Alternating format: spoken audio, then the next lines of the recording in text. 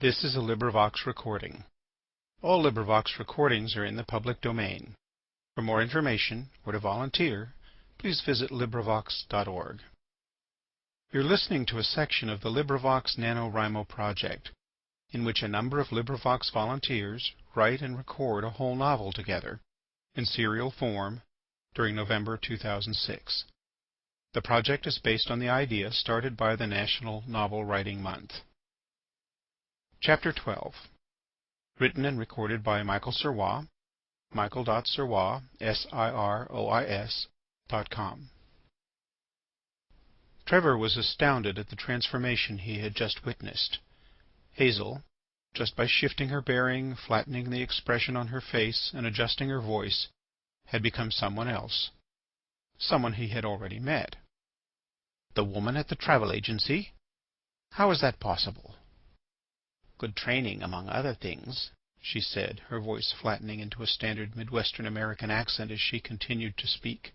You'd be surprised what can happen when you've trained with some of the world's finest acting coaches. Now was not the time to explain to him how difficult it was to be working for two agencies that were at cross purposes to each other. One minute you're a travel agent convincing someone to go to Cairo, and a few hours later someone else is telling you to go to Cairo and pretend to be a tour guide for a person who will think you're the travel agent who has just booked his tour. Practice makes perfect, though, and Hazel was one of the best agents around at adopting different personalities and making them her own, as evidenced by the astonished look on Trevor's face. He may have been surprised by Hazel's revelation, but he wasn't amused in the slightest. "I'll ask you again, then," he said. "Who are you, really?" She paused and looked at him before answering. "I've wanted to tell you for quite a while now, but I'm not sure you'll be able to accept what I have to say, and I'm really worried you won't be able to forgive me." "Forgive you? For what? For sending me to Cairo? For disappearing in Malta? Or for allowing me to get beat half to death by that Fulvia woman?" "No, Trevor, I'm sorry about all those things. There's so much I want to tell you, but I just can't right now. I need you to trust me." "By trust you, you mean give you the manuscript?" "No. We have a copy of the manuscript. But time is running out. We need to know where to look inside the manuscript." Trevor pondered this for a minute and decided he needed to know more before making a commitment. "Why did you ask me about the chinchilla?" he asked. "Because we need it to solve the mystery." He ignored the comment about the mystery, knowing that subject would return as quickly as a bad penny. "You do know that there is no chinchilla, don't you?" he said.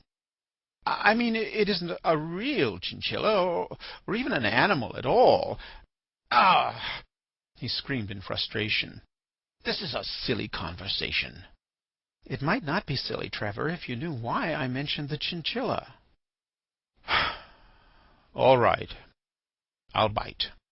But prove something to me first."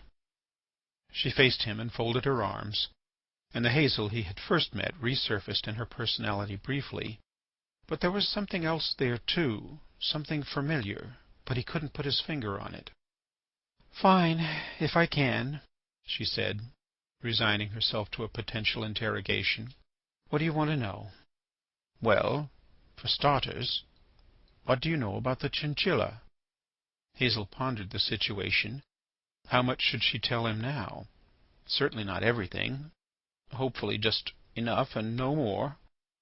If she could convince him that she had some facts wrong, that would do for a start. "All right," she said. "I know you first developed the chinchilla in Oxford and—" "Cambridge. Not Oxford. Cambridge." "Right. Sorry. Cambridge. And it started out as a sort of prank, being able to guess answers before the question was fully asked, that type of thing." "What's so unusual about that?" Trevor interjected. "It was just a parlour trick." "It was more than that," Hazel said. "The parlour tricks, as you call them, were really lab tests for a technique you had developed. You were one of the early pioneers in artificial intelligence, trying to develop computer programs, long before it became popular to do this, that would mimic the human brain.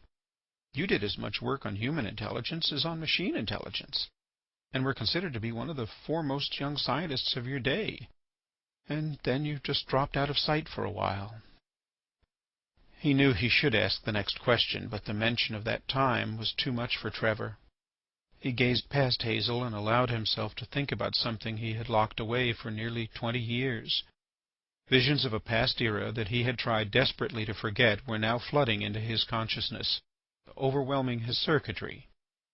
There was too much information from the past, and it was all mingling with the present information for some reason. He would have to sort it out later. Using the chinchilla to work through this should be a viable option, but he would need a little time. Time to retrain a mental mechanism that had lain fallow in fields of deliberate unconsciousness ever since the plane crash that had shattered his world.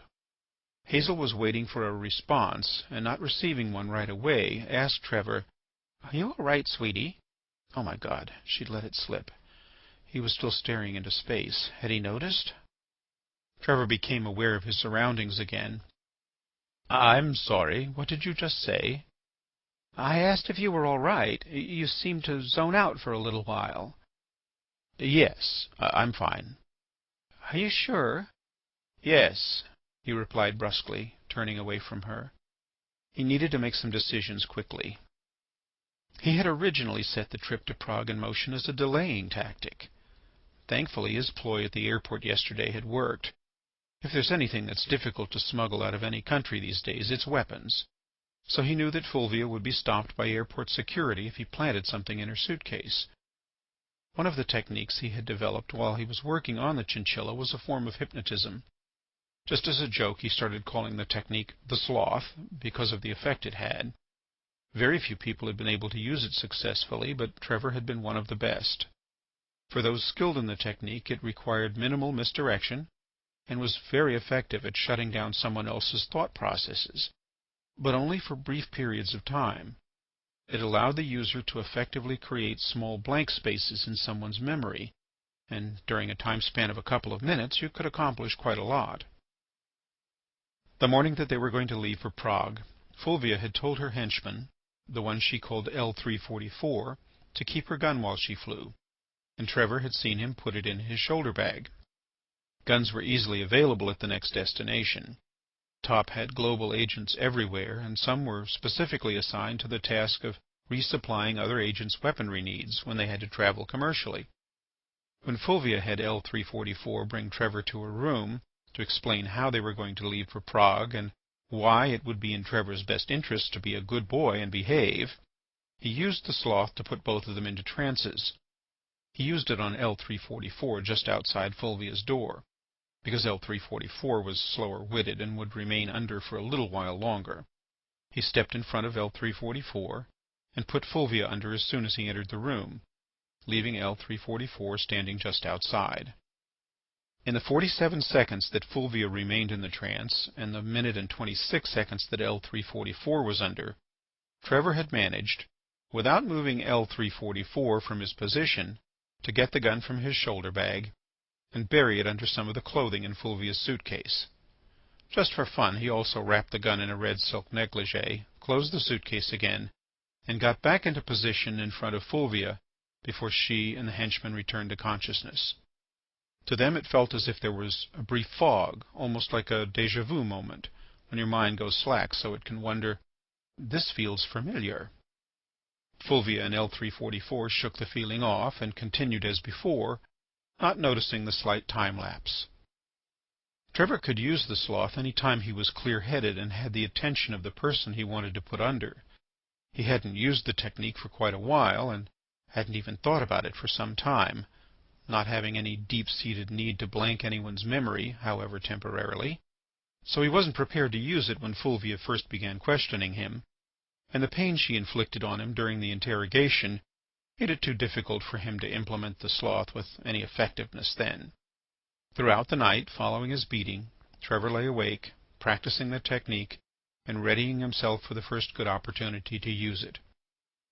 At first his primary idea was simply to get away, but the more he thought about it, the more he realized that he needed for this game to play itself out to the end, whatever that might be. Whatever happened, he certainly didn't want to stay in the clutches of a sadist like Fulvia, who was obviously an honors graduate of S&M University. Anyway, he thought, I need to worry about what to do next. He wasn't sure whether he could trust anybody at this point, maybe not even his sister Tracy. Certainly not Fulvia, but should he trust Hazel? She was standing next to him with such a look of deep concern on her face that he wanted to let her in, wanted to tell her his secrets. He felt a strong connection to her, even beyond the obvious attraction he felt for her, but he wasn't sure if that meant anything or if the events of the past few days had just left him vulnerable to these sorts of emotions, emotions he had successfully avoided since the plane crash that had taken Rebecca from him, emotions he hadn't felt again until his trip to Cairo and meeting Hazel Brown, if that actually was her name. "I'm sorry," he said aloud, facing Hazel, giving her a smile that he hoped wasn't too false. "The past few days have been a little too much for me, and I just need some time to process it all." "Trevor," she said, "I know this has been hard on you. It would be a lot for anyone to take, but we really need your help." "Who is we?" "I can't tell you that." "Why is this so important?" "I can't tell you that either." He gave her a look of frustration which caused her to quickly add, "Sorry." "What can you tell me?" "Not much." "Give me something to go on," he said, his annoyance clearly showing on his face. Hazel stepped forward, took both his hands in hers, and looked him deep in the eyes. Sincerely and thoughtfully she said, "I know this isn't enough, and you have no reason to trust me, but I'm asking you to believe that there are some very bad people out there who want to misuse your talents, and I'm not one of them. I promise you that I will tell you everything you need to know, but I just can't right now." Trevor said, "Well, you're right. It isn't enough. But at least you're not beating me over the head with a metal rod. We need to go." He headed for the front door to the library, tugging her behind him. "Where are we going?" she asked. "Just across the street for now, but eventually—" He paused. "Tell me, this free for the rest of my life ticket my Uncle Geoffrey gave me, did the people you work for have anything to do with that?" "No, we're not WorldCon Airlines. We're the good guys." He sighed. He would have to trust somebody eventually. It might as well be the woman he was sure he was falling in love with. "Come on," he said. "Let's go see Professor Prazak." "The linguist? He's here?" "Yes, right over there," he said, pointing to the building behind the statue of the Holy Roman Emperor Charles IV, founder of Charles University. "That's the aula, the main building of the university. They can tell us where Professor Prazak's office is. He's got the part of the manuscript you want." "My agency has the whole thing, Trevor." "Yes, I know. You told me. But you have a translation. Dr. Prazak has the original, and it's not in English." "What language is it in?" she asked. "You'll see." As they stepped into the street, Hazel pondered their situation, still not knowing how much she could or should tell Trevor. She had a new life now, although not entirely one of her own choosing, and she was sure it would cause him pain to know she had been alive all this time and not told him. It would have been so much simpler if the agency had never recruited her. That was such a long time ago, when she was still a first-year student at Cambridge, still the young and impressionable Rebecca Sharp. The agency recruited her, paid her way through college, and trained her in a wide variety of techniques that she convinced herself she would never have to use. She was interested in the intrigue of it all, the idea of helping to create a better world and being something different than plain Becky, as her mother used to call her. It was in her second year at the university that she met Trevor, and they fell in love. He was so brilliant and just the perfect man for her. Before long it was understood that they would marry after college, raise a whole flock of children, and settle somewhere in the countryside. Trevor would work on his scientific experiments, and she would give up the spy business and never tell Trevor about that side of her life. There were plenty of other professions she could enter, and with her other skills she could be very successful at almost anything. Life would go on and they would be deliriously happy. And then the plane crash happened. It wasn't planned, of course. She was just returning from a short vacation abroad, anxious to see Trevor again. They were flying in horrid weather, and the pilot had assured everyone that they would stay above it as much as possible. But something must have been wrong with the plane's navigation equipment, because the plane descended out of a cloud and found itself 50 yards away from the peak in the Pyrenees. The pilot tried to pull the plane up, but it was too late. Everyone died but her. And she would have perished too, if a Basque shepherd hadn't gone up into the mountains to investigate, and found her, barely alive. Other rescuers arrived at the crash site much later and made the obvious assumption that everyone had died. The shepherd took care of her the best he could, but sent his cousin into town to call the phone number she kept reciting in her fevered sleep. It was the agency's phone number, of course, and they sent field personnel to transport her quietly back to England. Months of physical therapy restored her body to its former self, as much as can be achieved in those kinds of serious injuries at any rate.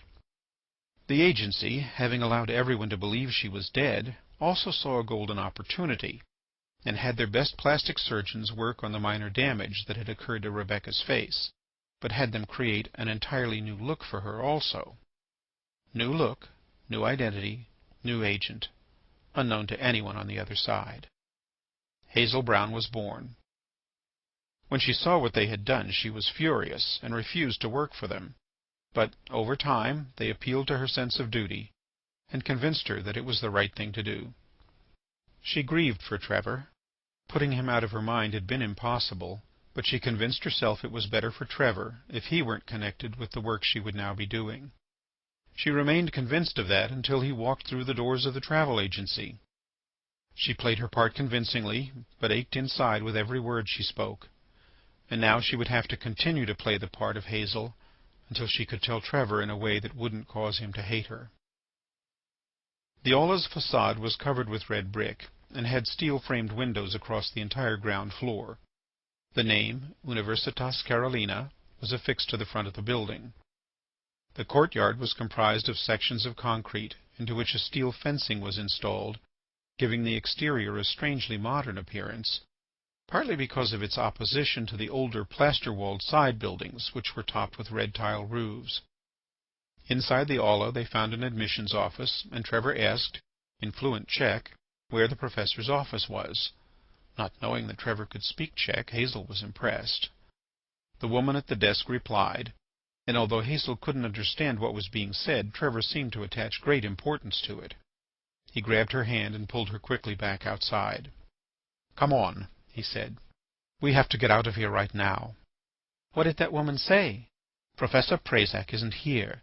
He's giving a series of lectures and will be gone for over a week." "But the manuscript pages could be here, couldn't they?" "Doubtful." "Why not?" Hazel asked, tired of the lack of information. "Because he was asked to not let the pages out of his sight, and I think he would have honoured that request.